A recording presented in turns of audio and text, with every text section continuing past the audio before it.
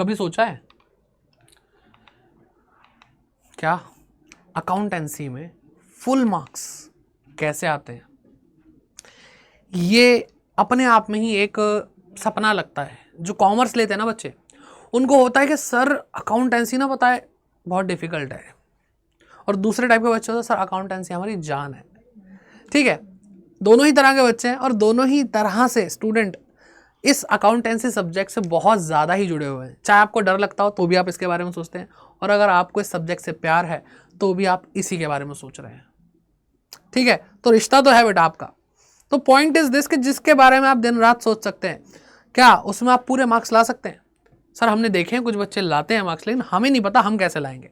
तो चलिए आज की वीडियो में हम इसी बारे में बात करेंगे कि अकाउंटेंसी में आप कैसे फुल मार्क्स ला सकते हैं। एक एक टिप्स के बारे में बात करेंगे, क्या क्या आपको हैक्स यूज करने हैं, कौन से इंपॉर्टेंट चैप्टर हो सकते हैं, सिलेबस का पूरा ज्ञान, पेपर पैटर्न कैसा होता है उसके बारे में बात करेंगे, सारी चीजें बात करेंगे और आपको मजा ही आ जाएगा। ठीक है, तो चलिए स्टार्ट करते हैं पूरी एनर्जी के साथ। तो सबसे पहली चीज, आपको कवरेज ऑफ फुल सिलेबस करना है। मतलब अगर आपको चाहिए कि भाई आपको फुल मार्क्स लाने हैं, फुल मार्क्स का मतलब मेरा भाई 100 मार्क्स से है, ठीक है, 198, चलो उसको भी आप फुल ही मान लेना, लेकिन इतने अच्छे मार्क्स लाने हैं तो आप कैसे ला सकते हैं?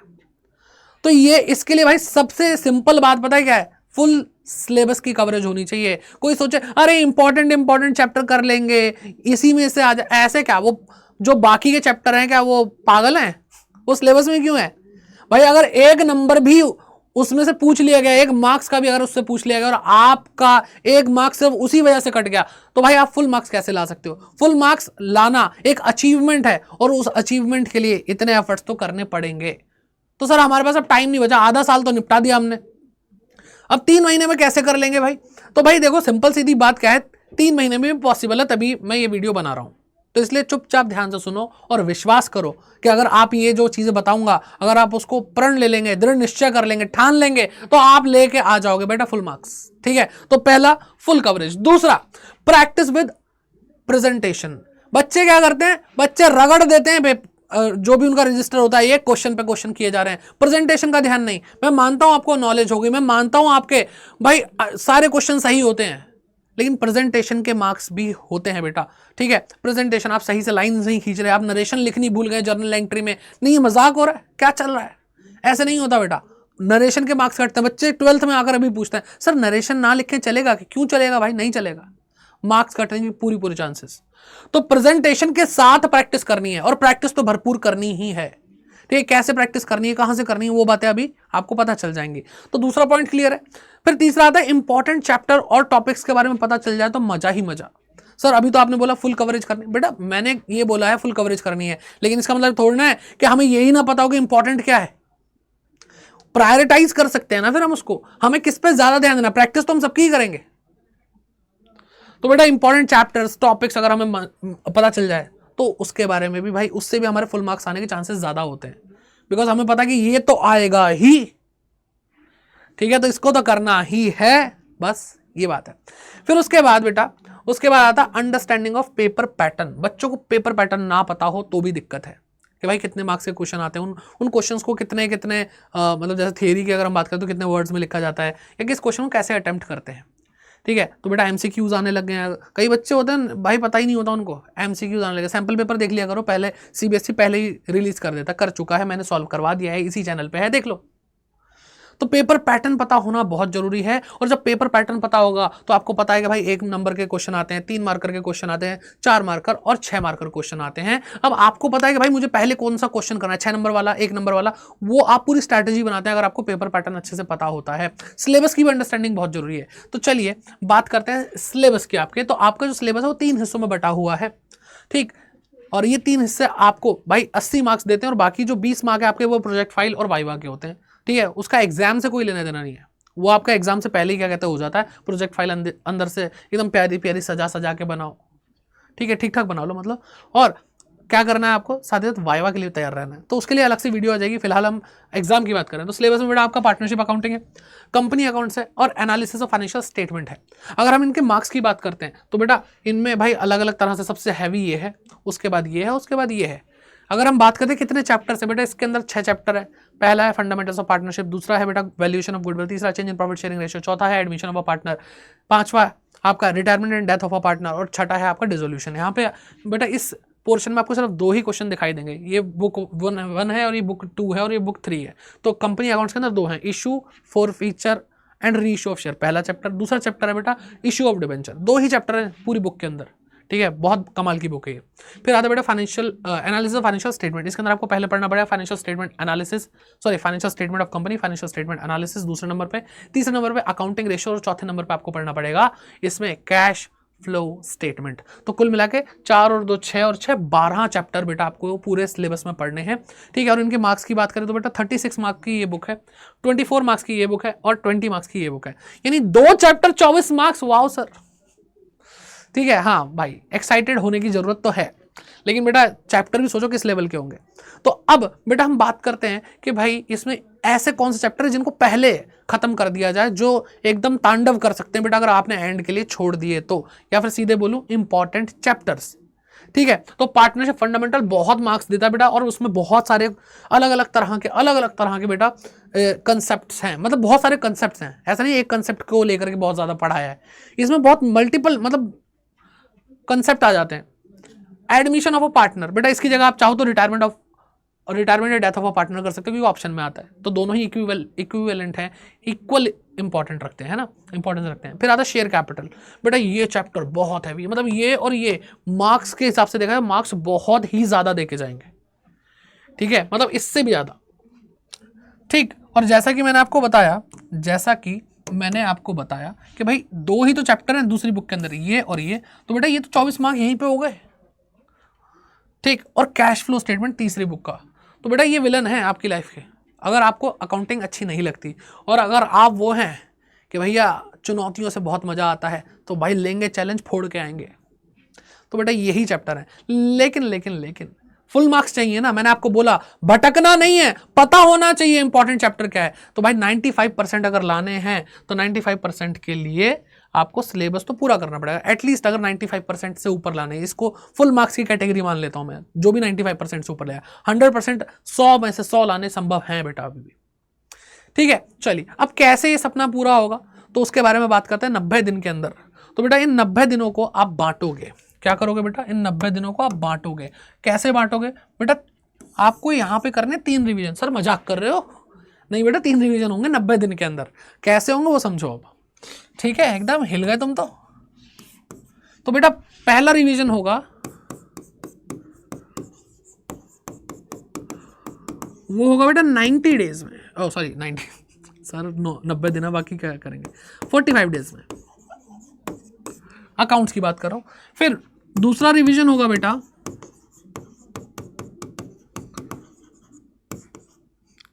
कितना बेटा, 30 डेज में। सर होगा आपके बोलने से क्या होता है, हम नहीं करके दिखाएंगे बेटा, करके दिखाना है। और फिर तीसरा रिवीजन होगा, सर हमें पता है, कैसे पता बेटा तुम्हें कितने दिन में, सर हमने माइनस कर लिया 90 में से बेटा, वो होगा आपका 15 दिन में। सर मजाक की ना कोई हद होती है, तो बेटा नालायकी की भी तो कोई हद होती है, तुमने अभी तक जो किया वो क्या था, नालायकपना। तो अब उसी को धोने का वक्त आ चुका है। रिन से ज्यादा सफेदी तुम्हारी पढ़ाई में आएगी बेटा, अगर इस प्लान को अगर तुमने समझ लिया और उसको एग्जीक्यूट कर दिया तो। 45 दिन कम नहीं होते एक सब्जेक्ट के लिए, आप आराम से, सर बाकी सब्जेक्ट भी तो है, तो बेटा बाकी सब्जेक्ट के लिए और मेहनत करो। ऐसा तो है नहीं कि मैं अकाउंटेंसी पूरा दिन पढ़ने के लिए कह रहा हूँ कि अकाउंट के अलावा 90 दिन और कुछ पढ़ोगे नहीं, ठीक है। आप 3 4 5 घंटे जो भी आपकी कैपेसिटी है, क्योंकि कोई बच्चा 5 घंटे पढ़ के काम मतलब पूरा काम कर पाता है, कोई बच्चा भाई थोड़ा सा ठीक है, वो उसकी कैचिंग पावर बहुत अच्छी है, जो तुम 5 घंटों में करोगे वो 2 घंटे में कर लेता है, तो अपना अपना देख लेना। लेकिन हाँ पूरा दिन नहीं पढ़ने के लिए कह रहा हूँ, और पूरा दिन अगर आप सिर्फ एक सब्जेक्ट पढ़ रहे हो, चाहे अकाउंट हो चाहे कोई भी हो, आप बेटा गलत रास्ते पे हो, ठीक है। तो 90 दिन पढ़ना है और सारे सब्जेक्ट्स के साथ पढ़ना है इसको। 45 दिन में पहला रिवीजन, 30 दिन में दूसरा रिवीजन और 15 दिन में तीसरा रिवीजन। रिवीजन का मतलब यही होता है कि जैसे जैसे आप रिवीजन करते जा रहे हो वैसे वैसे आपका रिवीजन का टाइम है वो कम होना चाहिए, नहीं तो आपने क्या ग्रोथ करी, आपके अंदर कोई ग्रोथ नहीं हुई है। 45 दिन पढ़ लिया, अब अगली बार पढ़ोगे तब भी 45 दिन लग रहा है, तो तुमने सीखा क्या पिछले रिवीजन में? बेटा आप अगर सर अगर हम एक ही बार पढ़ लें तब पूरे नंबर नहीं आएंगे, मल्टीपल रिवीजन ही एक की है आपके सक्सेस की। यहां पर मल्टीपल रिवीजन अगर आप नहीं करोगे, ये बेटा हर एग्जाम के लिए मल्टीपल रिवीजन हर एग्जाम की सक्सेस की है। मल्टीपल रिवीजन, आप सिलेबस 3 बार 4 बार 5 बार अगर आप शुरू से पढ़ रहे होते ना, आप कम से कम 5 से 6 बार रिवीजन कर सकते थे अकाउंट्स का। और मैं आपको बता रहा हूं, आपके नंबर कोई रोक सकता, कोई नहीं रोक सकता था भाई, कोई रोक ही नहीं सकता था। लेकिन कोई बात नहीं, अभी भी 3 रिवीजन होंगे, ठीक है। अब इन 3 रिवीजन में क्या डिफरेंस होगा वो मैं आपको बता देता हूं, ठीक है। तो पहला रिवीजन जो बेटा होगा आपका 45 डेज वाला, उसमें आपको करना क्या है, आपको भाई मोस्ट ऑफ द क्वेश्चंस आपको अपनी बुक के क्वेश्चंस करने हैं ना, ठीक है। तो most of the questions from book है ना, पूरे सिलेबस के। मतलब ऐसा नहीं है कि ये छोड़ दिया, ये इंपॉर्टेंट है, तुम्हें अभी नहीं, तुम्हें सब कुछ करना है। फिर उसके बाद इसमें से एनालिसिस करके इंपॉर्टेंट निकालना है कि भाई मैंने अब सारे क्वेश्चन कर लिए, इसमें ये वाला इंपॉर्टेंट है, ये वाला इंपॉर्टेंट है, ये वाला इंपॉर्टेंट है, ठीक है। ये क्वेश्चन पूरा ही नहीं आ रहा, ये क्वेश्चन में ये वाली एडजस्टमेंट बड़ी इंपॉर्टेंट है, इसमें ये एंट्री करते वक्त बहुत दिक्कत आई, ये अपनी बुक के अंदर ना नक्शे बना दो जो बनाने हैं। ये मत सोचो अरे नई बुक है पेंसिल से, भाई पेन से लिखो, ठीक है। दोबारा पढ़ना है क्या? 2 साल क्या कहते 12th करनी है क्या? कोई कुछ दोबारा उठा के नहीं देखोगे तुम अपनी बुक्स को, ठीक है। ऐसे पढ़ो कि लगे कि पढ़ाई करिए उस बुक से, कोई शर्म नहीं है इसमें, ठीक है। और जब आप पेन से मार्किंग करते हो तो समझ जाओ पेन परमानेंट है, तुमने अपने बुक में लिखा तो वो दिमाग में छपता है सीधे परमानेंट, ठीक है। इतना ही कॉन्फिडेंस नहीं है कि तुमने जो लाइन खींची है वो इंपॉर्टेंट है भी या नहीं है, तुम्हें मिटानी पड़ेगी। सर डांट क्यों रहे हो? अरे मजाक कर रहा था, ठीक है। तो मोस्ट ऑफ द क्वेश्चंस आपको करने हैं, फिर एनालिसिस करना है कि इसमें क्या इंपॉर्टेंट था, तो आपको इसमें क्रीम क्वेश्चंस निकालने, इंपॉर्टेंट क्वेश्चन निकालने हैं। और साथ साथ बेटा अगर आप नोट्स बना सको तो फिर तो बेटा आप, ठीक है, देवता इंसान हो। नोट्स बनाने बहुत बहुत बहुत ज्यादा जरूरी है, क्योंकि अगर आपके नोट्स बन गए तो अगर आपको दोबारा कोई कॉन्सेप्ट देखना पड़ा सेकंड रिवीजन में, थर्ड रिवीजन में, तो बेटा अब आपका टाइम कम लगेगा। अपने एनालिसिस को भी अपने नोट्स के अंदर ही इंटीग्रेट कर दो। आपने करा भाई ये क्वेश्चन में ये प्रॉब्लम है, कभी कभी क्या होता है ना, प्रॉब्लम क्या है वो तुम ऐसे कर नहीं सकते, मतलब तुम कैसे निशान लगाकर ध्यान ही नहीं रहेगा तुम्हारे इसमें प्रॉब्लम क्या थी। कभी कभी जैसे डायरी लिखते ना, आज मैं ये कर रहा था, मुझे तो ये प्रॉब्लम, तो भाई तुम ऐसे लिख दो कि ये एडजस्टमेंट, पेज नंबर ये, बुक ये है, इसका पेज नंबर ये है, इसका क्वेश्चन नंबर इसकी 5वीं एडजस्टमेंट में जब मैं कर रहा था मेरे दिमाग की दही इस वजह से हो गई, लिख दो। मैं जेन्युइनली बता रहा हूं, मजाक लग रहा होगा तुम्हें, तुम्हारे जैसा जीनियस इंसान पैदा नहीं होगा इस दुनिया में अगर आपने ये करना शुरू कर दिया तो। आ रही है बात समझ में? ये करने के बाद आपका भाई पहला रिवीजन कंप्लीट होगा जब आप पूरे सिलेबस के सारे क्वेश्चन अपनी बुक से कर लो। अभी मत सोचो PYQ करने हैं, अभी मत सोचो सैंपल पेपर करना, अभी सिर्फ ये करो। यही पहली तुम्हारी जीत है, ये कर लोगे 45 दिन में, ठीक है, 45 डेज के अंदर। तो बेटा अब बारी है 30 दिन में निपटाने की। अब बेटा जो यहाँ पे आपने मोस्ट इंपॉर्टेंट क्वेश्चन निकाले एनालिसिस करके, अब सारे क्वेश्चन करोगे तो आपको आप गधे कहलाओगे, है ना, क्योंकि गधे बार बार मेहनत करते हैं एक जैसी। हम स्मार्ट लोग हैं, आप स्मार्ट हैं, किसी ने नहीं बोला, मैं बोलता हूं, आप स्मार्ट है बेटा। तो आप क्या करोगे बेटा, आप मोस्ट इंपॉर्टेंट क्वेश्चन जो यहाँ पे मार्क लगाया था, स्टार लगाया था, सर्कल लगाया था, वो सब करोगे कि ये एडजस्टमेंट नहीं थी, ये दोबारा करोगे। और फिर बेटा उसके बाद माइंड मैप बनाओगे। सर पागल हो गए हैं हम तो काम कर करके, क्या करें बेटा। नोट्स आप पहली बार में अच्छे नहीं बना सकते, यही नोट्स अगर आप और रिफाइन करोगे माइंड मैप बना सकते हो। और माइंड मैप इससे भी जल्दी आपको रिवाइज करने में मदद करेगा। आपको क्या करना है, यूट्यूब पे जाकर अकाउंटेंसी निचोड़ बाय अमन सर, ये लिख लेना, 4 घंटे 22 मिनट की एक वीडियो दिखाई देगी, देखनी नहीं है, क्लिक करके उसको फॉरवर्ड कर करके देख लेना, क्या बेहतरीन माइंड मैप्स हैं उसमें अकाउंट्स के, ठीक है। CUET क्लास 12 दोनों के लिए काम आ जाते हैं वो, लेकिन देख लेना। और वो मिलेंगे नहीं, वो तुम्हारे रेफरेंस के लिए, तुम्हारी इंस्पिरेशन के लिए कि देखो ऐसे नोट्स बनते हैं, ठीक है।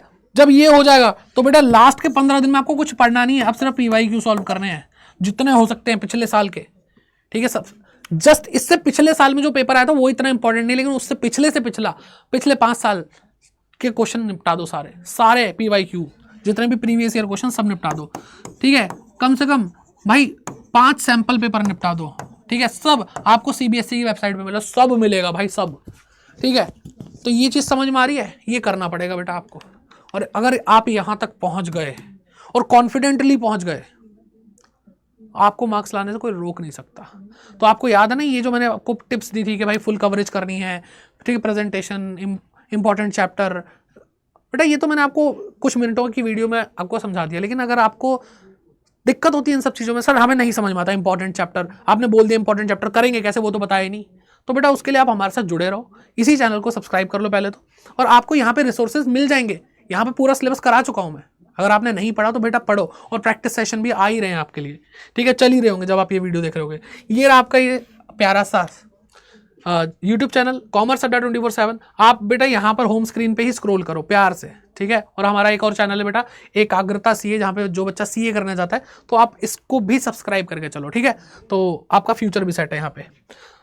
तो बेटा आप इसको स्क्रॉल करो, सबसे पहले आपको दिखाई देगा 12th क्लास के लिए विजन बैच। विजन बैच के लिए आपको मैथ, बीएसटी, इकोनॉमिक्स, इंग्लिश और ये देखो अकाउंट्स। बेटा ये अगर आप पार्ट वाइज टुकड़ों में आराम से करना चाहते हो तो बेटा आपको पूरा सिलेबस यहाँ पे करा रखा है, इसी प्लेलिस्ट को फॉलो कर सकते हो आप, ठीक है। ओके, बात समझ में आ रही है? तो पार्टनरशिप फंडामेंटल हो गया, वैल्यूएशन ऑफ गुडविल हो गया, ओके, चेंज इन पीएसआर हो गया, admission, retirement, death of a partner, dissolution, फिर शेयर कैपिटल। 18 क्लासेस के अंदर आपका खत्म कर दिया बेटा हमने यहाँ पे कि किस तरीके से आपको पार्टनरशिप करनी है। तो आपकी पहली बुक खत्म, फिर आपका शेयर कैपिटल, और ये करते करते आपका जो बेटा 27th लेक्चर आता है डिबेंचर भी खत्म, तो दूसरी बुक हो गई, फिर 28 से तीसरी बुक शुरू हो रही है, और ऐसे करते करते सारे चैप्टर 39 लेक्चर के अंदर पूरी बुक, पूरा सिलेबस खत्म। अगर आप चाहते हो सर नहीं वन शॉट चाहिए सर, वन शॉट, ठीक है, वन शॉट चाहिए तो भाई और स्क्रॉल कर लो ना, उंगली घिस थोड़ी जाएगी, और स्क्रॉल करोगे देखो बेटा यहाँ पे क्लास 12 बोर्ड एग्जाम के लिए वन शॉट का यहाँ पे सबसे पहले अकाउंट्स की आपको प्लेलिस्ट दिखाई देगी, ठीक है। आपको 13 वीडियोस के अंदर पूरा सिलेबस करा रखा, 13 वीडियोस, सर चैप्टर तो 12 है। तो बेटा यहाँ पर ना जो शेयर कैपिटल की थियरी है वो बहुत ज़्यादा हैवी होती है, इसलिए शेयर कैपिटल की थियरी को अलग से ही पढ़ा रखा है, और शेयर कैपिटल के न्यूमेरिकल कंसेप्ट अलग से पढ़ाए हैं मैंने,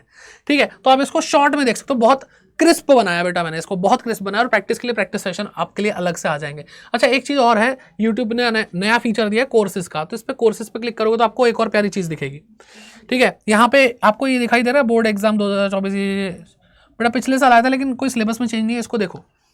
यहाँ पर ना कुछ सेशन, ये भी वन शॉट की ही सीरीज है लेकिन कुछ सेशन बहुत अलग है, ठीक है। ऐसे सेशन नहीं सोचोगे, सिर्फ प्रोराटा में दिक्कत है, शेयर कैपिटल के प्रोराटा में दिक्कत है, ये वीडियो देखो, ठीक है। शेयर फॉर फ्यूचर री इशू में दिक्कत है, सिर्फ ये वीडियो देख लो, अय है मजा ही आ जाए, आनंद, ठीक है। और ऐसे बहुत सारे स्पेशल बेटा क्लासेस हैं इसके अंदर, ठीक है। और कहाँ है हाँ, कैश फ्लो स्टेटमेंट। बेटा अगर इसमें दिक्कत है तो यहाँ पे कैश फ्लो स्टेटमेंट को उसकी हड्डियां तोड़ दी हैं, तो ये सेशन कुछ स्पेशल है इस प्लेलिस्ट के अंदर, तो इसको जाकर के जरूर देखो। एंड अब बात रही बेटा क्या, बात रही आपकी कि सर अभी CUT 2025 भी तो है, वो तो हम सोच ही नहीं पा रहे सर, जब हम इसी की टेंशन में मरे जा रहे हैं, वो कैसे करेंगे सर। तो बेटा फिर उसके लिए अगर आपको लगता है कि यही डिफिकल्ट था तो फिर तो आप हमारे साथ भाई अड्डा 24/7 ऐप डाउनलोड करके जुड़ो, या फिर आप गूगल पर सर्च कर सकते हो अड्डा 24/7।